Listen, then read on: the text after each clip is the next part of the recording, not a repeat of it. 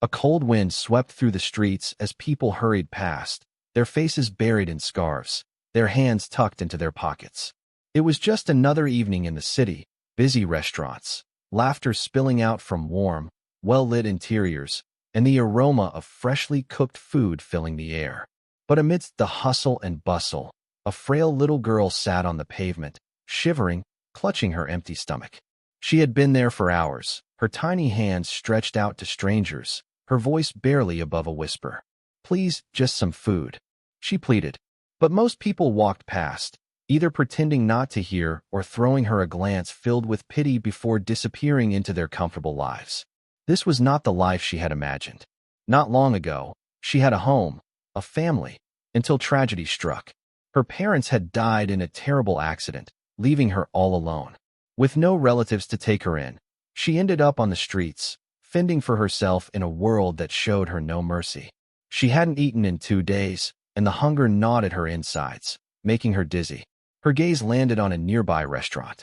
Through the large glass windows, she saw people enjoying steaming bowls of soup, crispy bread, and plates filled with delicious food. Her mouth watered.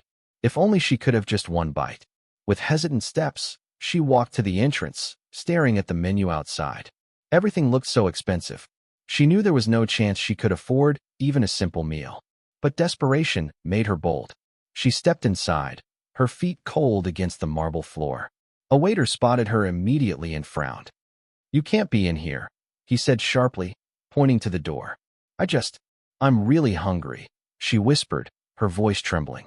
"Look, kid, this is a business, not a charity," the waiter said, crossing his arms. "If you're not ordering, you need to leave." Tears welled up in her eyes as she turned away, ashamed.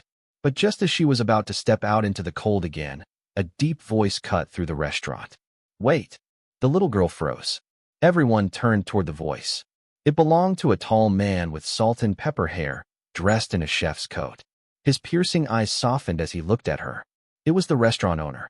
The restaurant fell silent as the owner stepped forward.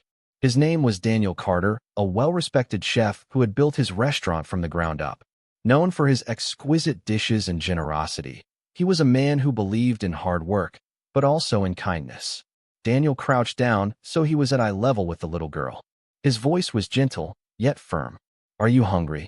The girl hesitated, then nodded, her big, tired eyes filled with hope. "What's your name?" he asked. "Lena," she whispered, her voice barely audible. Daniel studied her carefully. She was thin, her clothes worn out and dirty. He could tell she hadn't had a proper meal in a long time. His heart clenched.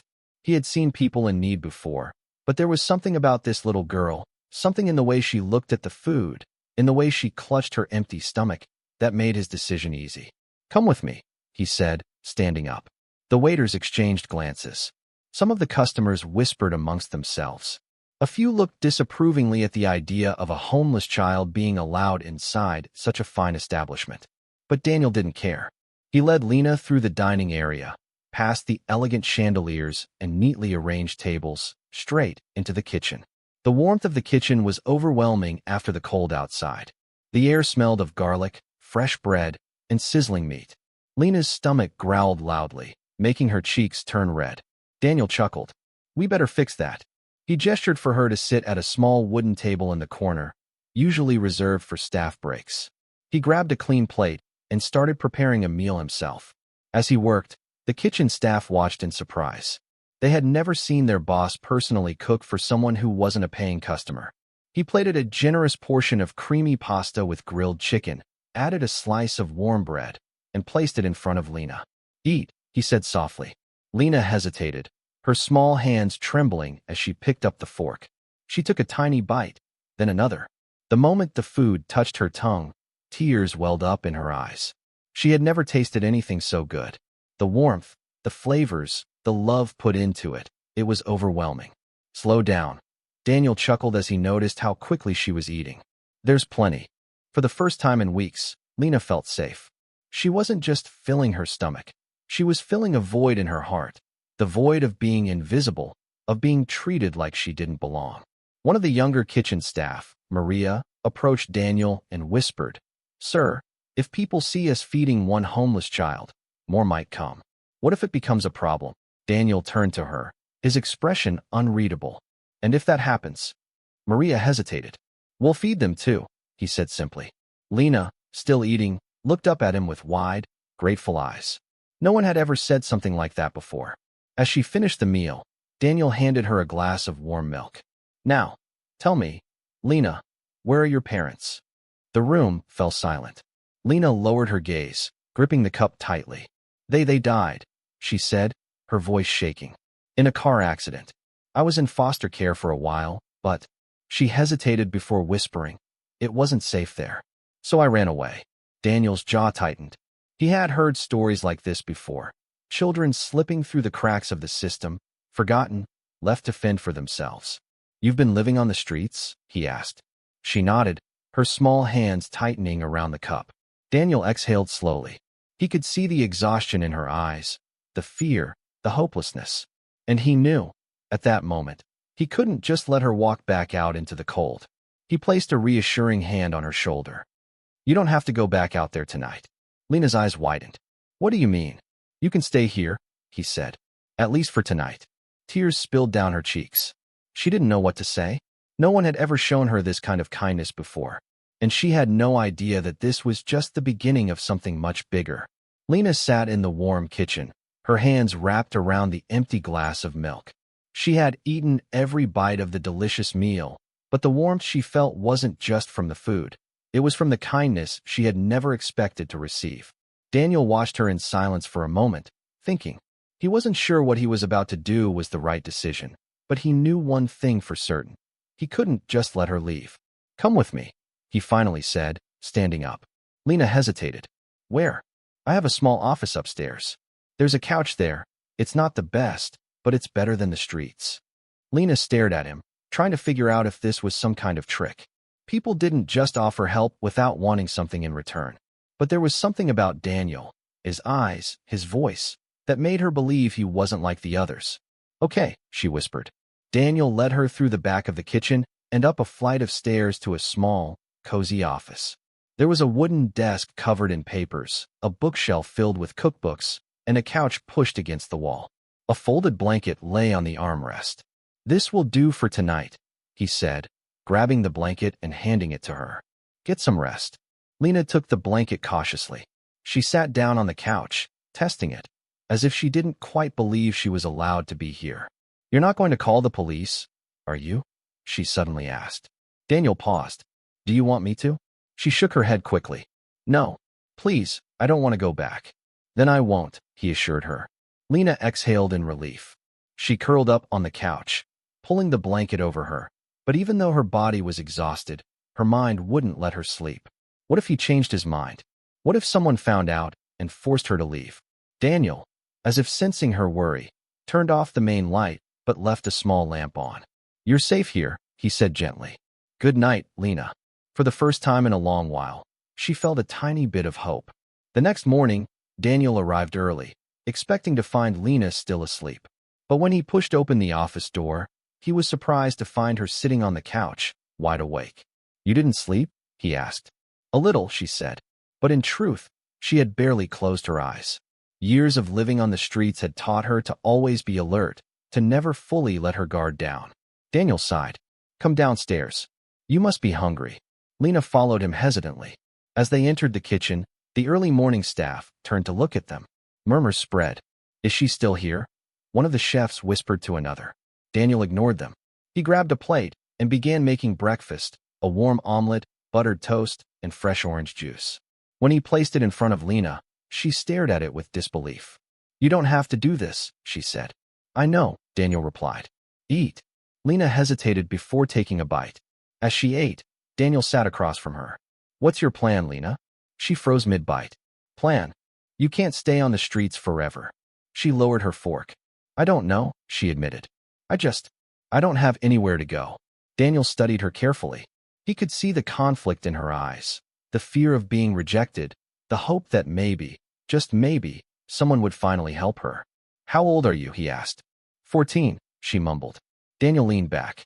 She was still a child who had been forced to survive on her own. He exhaled slowly, then said, How about this? You help out around the restaurant for a while. No big tasks, just small things. And in return, you get meals and a safe place to stay. Lena's eyes widened. You mean, like a job? Something like that, he said with a small smile. Lena hesitated. It sounded too good to be true. But she had nowhere else to go, and the idea of working in a warm place, surrounded by food, was better than begging on the streets. Okay, she finally said. Daniel nodded. Good. But if you ever feel uncomfortable, you let me know. This isn't a prison. You're free to leave anytime. Lena swallowed hard. She had spent so much of her life feeling trapped, feeling like she had no control. But for the first time, she felt like she had a choice. Thank you, she whispered. Daniel simply nodded. Now, finish your breakfast. You have a big day ahead of you. Lena smiled, a real smile. And for the first time in years, she felt like maybe, just maybe, she had found a place where she belonged. Lena's first day at the restaurant started off awkwardly. She wasn't used to being in a structured place, let alone working in one. The kitchen was alive with the sounds of sizzling pans, chopping knives, and hurried footsteps. It smelled of freshly baked bread, roasted meat, and something sweet Lena couldn't quite place. Daniel introduced her to the staff properly. Some gave her polite nods, while others barely acknowledged her. A few whispered among themselves. She's just a street kid. How long do you think she'll last? Daniel shot them a warning glance, but Lena had already heard them. She lowered her head, suddenly feeling small. Hey, Daniel said gently, touching her shoulder. Don't listen to them. Just focus on doing your best, okay? She nodded, but deep down, she wondered if they were right. Her first task was simple, cleaning tables. It wasn't glamorous, but Lena didn't mind. She wiped the wooden surfaces carefully, making sure they shone. She swept the floor, picked up used napkins, and did everything she was told without complaint. Hours passed, and as the lunch rush began, the kitchen turned into chaos. Waiters rushed in and out, orders piled up, and the chefs barked instructions. Lena watched from the side, fascinated. She had never seen people move with such purpose.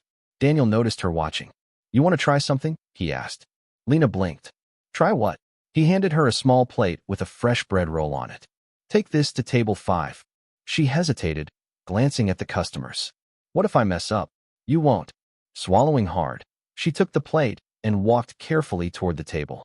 A man in a suit and a woman in a red dress sat there, engaged in quiet conversation. Here you go, Lena said, placing the plate down. The woman barely glanced at her, but the man frowned. Where's the butter? Lena's stomach clenched. Daniel appeared beside her. Apologies. Here you go. He placed a small dish of butter on the table and gave Lena a reassuring nod. As they walked back, Lena whispered, I told you I'd mess up. You didn't mess up, Daniel said. You're learning. That's the difference. Lena absorbed his words, feeling a strange sense of pride.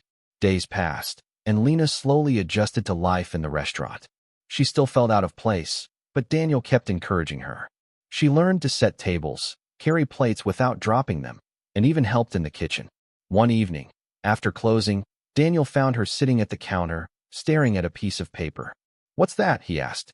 Lena hesitated before handing it to him. It was an old, crumpled drawing of a house. My mom used to draw this, she said quietly. She always said we'd have a home one day. But then she got sick. And after she was gone, I didn't have anywhere to go. Daniel's heart tightened. He had suspected Lena's story was painful, but hearing it confirmed was different. You still want that home? He asked. Lena nodded. Then you'll get it, he said firmly. You just have to keep going. Lena looked at him, searching his face for any sign that he was lying. But all she saw was sincerity. For the first time in years, she allowed herself to believe it might be possible. One night, everything changed. It was late, and Lena was cleaning up after the last customers had left. Daniel was in the office, going over receipts. The front door burst open. Lena spun around, her heart pounding. A man stood there, tall and ragged, his clothes dirty and torn. His eyes were wild. Lena, he barked. She froze. She recognized that voice. It was Greg, her mother's old boyfriend. The man who had made her life a nightmare before she ran away. No, she whispered, backing up. Greg sneered. I finally found you, you little brat. Did you think you could just disappear? Lena's blood turned to ice.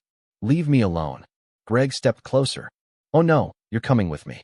You owe me, girl. After everything I did for your mother. You didn't do anything. Lena's voice cracked with fear. Daniel appeared from the office. What's going on here? His tone was sharp, protective. Greg turned to him. This is a family matter. Stay out of it. Daniel crossed his arms. She doesn't look like she wants to go with you. Greg's face twisted with rage. She's my responsibility. No, Daniel said. She's not. Greg lunged forward, grabbing Lena's wrist. She yelped, struggling. Let go of her. Daniel stepped in between them, pushing Greg back. You're not taking her anywhere. Greg clenched his fists. She's a runaway. You're harboring a. Daniel didn't back down. Call the police, then. Let's see what they think about you hunting down a child in the middle of the night.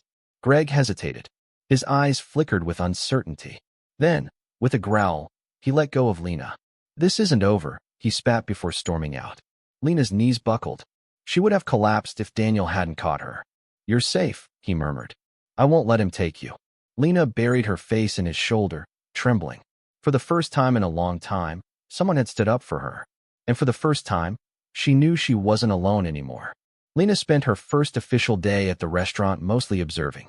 Daniel had assigned her simple tasks, wiping tables, organizing napkins, and helping in small ways that wouldn't overwhelm her. At first, she moved cautiously, expecting someone to yell at her, expecting this to be some sort of trick. But no one did.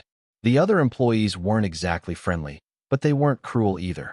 They watched her, whispering among themselves, unsure of what to make of the girl their boss had suddenly taken under his wing. By midday, Lena found herself in the back of the kitchen, watching the chefs prepare meals. The way they moved, the rhythm of their work, it was mesmerizing. She had never seen food made with such care before. Daniel noticed her interest and smiled. You like cooking? Lena hesitated. I don't know. I've never really tried. Wanna, he asked. Her eyes widened. Me? Daniel nodded and handed her a potato. Start by peeling this. Lena took the potato and knife hesitantly. She had never held a kitchen knife before, at least not for anything other than self-defense. Slowly, she began peeling, her fingers clumsy but determined. Daniel watched for a moment before nodding approvingly. Not bad for your first time. Lena felt a small flicker of pride. It had been a long time since anyone had praised her for anything. The days passed quickly. Lena found herself getting used to the rhythm of the restaurant. She learned how to wipe tables efficiently, how to carry plates without dropping them, how to listen to customer orders. But what fascinated her the most was the kitchen. She watched Daniel closely whenever he cooked, memorizing how he chopped vegetables, how he seasoned meat, how he plated dishes with precision. One evening, after the restaurant had closed, Daniel found her sitting by the counter, staring at a cookbook. You're still here? He asked. Lena looked up, startled. I wanted to learn more. Daniel raised an eyebrow. About cooking? She nodded. I think I really like it. A slow smile spread across his face. Then I'll teach you. Lena blinked. Really? But, he added, only if you're serious about it. Lena sat up straight. I am. Daniel chuckled. All right then, let's start with something simple. He led her into the kitchen, handing her a carton of eggs. Show me how to crack one. Lena furrowed her brows in concentration. She tapped the egg against the edge of a bowl, but it shattered in her hands, yolk dripping everywhere. Daniel laughed. That was a strong start. Lena groaned. I messed up. You'll mess up 100 more times, Daniel said. That's how you learn. Something about his words made Lena's chest tighten. Nobody had ever told her it was okay to fail before. She took another egg and tried again. This time, the crack was cleaner. The yolk fell perfectly into the bowl. Daniel nodded. See? You're already getting better. Lena smiled, a warm feeling spreading inside her. For the first time in years, she felt like she was good at something. Weeks passed, and Lena became more comfortable in the restaurant. She no longer felt like a stranger. The other employees, while still wary, began to accept her presence. One night, Daniel sat across from her after closing. You've been here for a while now, he said. Lena stiffened. Was he going to ask her to leave? Daniel continued. I was thinking, maybe it's time we figure out something more permanent for you. Lena's heart pounded. Permanent? I can't have you sleeping on a couch forever, Daniel said. There's a small apartment above the restaurant. It's empty right now, but if you want, it could be yours. Lena stared at him in disbelief. Mine? You'd still work, of course, Daniel added quickly. But you'd have your own space. Your own bed. Lena's eyes burned with emotion. She had never had anything of her own before. Why are you doing this for me? She whispered. Daniel hesitated before saying, because someone once did the same for me. Lena frowned. What do you mean? Daniel leaned back. I wasn't always the owner of a restaurant. When I was your age, I was living on the streets too. Lena's breath caught. You were homeless? He nodded. I lost my parents young. Had nowhere to go. I survived by stealing food, just like you. Lena was silent. She had never imagined that someone like Daniel, successful, kind, could have once been in her position. But then, he continued, a man found me. He owned a small bakery, and instead of turning me in, he gave me a job. He taught me how to cook, how to be responsible. He gave me a second chance. Lena swallowed hard. And now you're doing the same for me. Daniel smiled softly. I believe in paying kindness forward. Lena didn't know what to say. Her throat felt tight with emotion. For the first time in a long while, she felt something she had forgotten existed. Hope. Sophia sat in the restaurant's kitchen, staring at the plate of food in front of her. It was the same meal she had eaten every day since Ben took her in, but tonight, it tasted different. It wasn't just the warm meal that filled her stomach, it was the kindness behind it. For the first time in years, she had stability. She had a roof over her head, food on her plate, and people who genuinely cared about her well-being. But deep down, she knew this was just the beginning. She didn't want to rely on others forever. She needed to take control of her own future. I want to work, Sophia announced one evening, looking up at Ben with determination in her eyes. Ben smiled. You already do, kid. You help around here every day. No, she shook her head. I mean really work. I want to earn my own money, buy my own food, and pay for my own place someday. Ben leaned back in his chair, impressed by her resolve. That's a big step. Do you have any idea what you'd like to do? Sophia hesitated. She had spent so much of her life just trying to survive that she never really thought about what she wanted. I don't know, she admitted, but I'm willing to learn. Ben nodded. That's all that matters. The next morning, Sophia started working in the restaurant, not just as a helper, but as a proper employee. She learned how to take orders, clear tables, and even assist in the kitchen. At first, it was overwhelming. She had never held a job before, and every mistake she made felt like a failure. But Ben and the staff were patient.